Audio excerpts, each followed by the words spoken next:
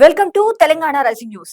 తెలంగాణ ఉద్యమకారుడు, ప్రముఖ కవి, రచయిత, సామాజికవేత్త, సాహితీవేత్తకు అశ్రు నయనాల మధ్య కన్నీటి వీడ్కోలు పలికారు సీఎం రేవంత్ రెడ్డి గారు. పాడమోసి తన అభిమానాన్ని చాటుకున్నారు. పోలీసుల గౌరవ వందనం మధ్య అందశ్రీ గారి అంత్యక్రియలు ఘనంగా పూర్తయ్యాయి. ఆయన పేరు శాశ్వతంగా నిలిచేలా ప్రయత్నిస్తానన్నారు సీఎం రేవంత్ రెడ్డి గారు. గతంలోనే పద్మశ్రీ కోసం లేఖ రాశాన్ని, ఇప్పుడు పార్టీలకు అతీతంగా అందరూ కలిసి రావాలంటూ పిలుపునిచ్చారు. ఇక్కడ మరొక ముఖ్యమైన అంశం చూసినాం. జూబ్లీహిల్స్ ఉప ఎన్నికపై టీపీసీసీ అధ్యక్షులు ఎమ్మెల్సీ మహేష్ కుమార్ గౌడ్ గారు స్పందించారు.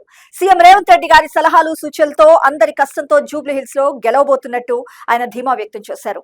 నెల రోజులుగా సీఎం రేవంత్ రెడ్డి గారు, డిప్యూటీ సీఎం భట్టి విక్రమార్క గారు, మంత్రులు, ఎంపీలు, ఎమ్మెల్యేలు, ఎమ్మెల్సీలు, ఆయా కార్పొరేషన్ చైర్మన్లు, నాయకులు ఎంతో కష్టపడి కాంగ్రెస్ పార్టీ ఘన విజయానికి పనిచేశారని ఈ సందర్భంగా అందరినీ కొనియాడారు. మంగళవారం ఆయన మీడియాతో మాట్లాడుతూ ఉప ఎన్నిక ప్రశాంతంగా ముగిసిందంటూ పేర్కొన్నారు. ఉప ఎన్నికలో కాంగ్రెస్ పార్టీ అభ్యర్థి నవీన్ కుమార్ యాదవ్ కోసం కష్టపడ్డ ప్రతి ఒక్కరికి పేరు పేరున ధన్యవాదాలు తెలిపారు. ఇక్కడ మరొక ముఖ్యమైన అంశం చూసినాం. జూబ్లీహిల్స్ ఉప ఎన్నికల్లో బీఆర్ఎస్ అభ్యర్థి మాగంటి సునీత ఓడిపోతున్నారనే అసహనంతో తమ పార్టీ అభ్యర్థిని కించపరిచే రీతిలో మాట్లాడటం ఏమాత్రం సరికాదని మంత్రి పొన్నం ప్రభాకర్ గారు వ్యాఖ్యానించారు. పోలింగ్ జరుగుతున్నప్పుడే ఆమె స్వయంగా మీడియాతో మాట్లాడుతూ తమ అభ్యర్థిపై తీవ్రమైన ఆరోపణలు చేయడం ముమ్మాటికి ఎన్నికల నిబంధనను కఠినంగా ఉల్లంఘించడమేనంటూ పేర్కొన్నారు. ఇక్కడ మరొక ముఖ్యమైన అంశం చూసినాం. జూబ్లీహిల్స్ ఉప ఎన్నికల్లో కాంగ్రెస్ పార్టీ అభ్యర్థి నవీన్ కుమార్ యాదవ్ గారు భారీ మెజార్టీతో గెలవబోతున్నారని మంత్రి వివేక్ వెంకటస్వామి గారు పేర్కొన్నారు. ఇక జూబ్లీహిల్స్ ను మరింత అభివృద్ధి చేస్తామంటూ ఆయన ప్రకటించారు.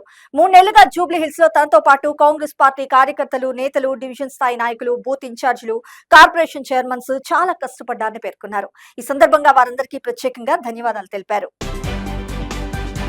ఇక్కడ మరొక ముఖ్యమైన అంశం చూసినాం. ఆయిల్ పామ్ లో అగ్రస్థానమే లక్ష్యం. వచ్చే 3 ఏళ్లలో 10 లక్షల ఎకరాల్లో సాగు చేస్తాం. కొత్తగా 7 ఆయిల్ పామ్ ఫ్యాక్టరీలు ఏర్పాటు చేయండి అంటూ వ్యవసాయ శాఖ అధికారులకు మంత్రి తుమ్మల నాగేశ్వరరావు గారు ఆదేశాలు జారీ చేశారు. ఇక్కడ మరొక ముఖ్యమైన అంశం చూసినాం.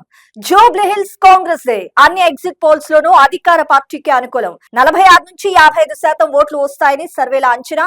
సిట్టింగ్ సీటు కోల్పోనున్న బీఆర్ఎస్ సెకండ్ ప్లేస్ కే పరిమితం అంటూ మరి ఆయా ఎగ్జిట్ పోల్స్ చెప్పుకొచ్చాయి.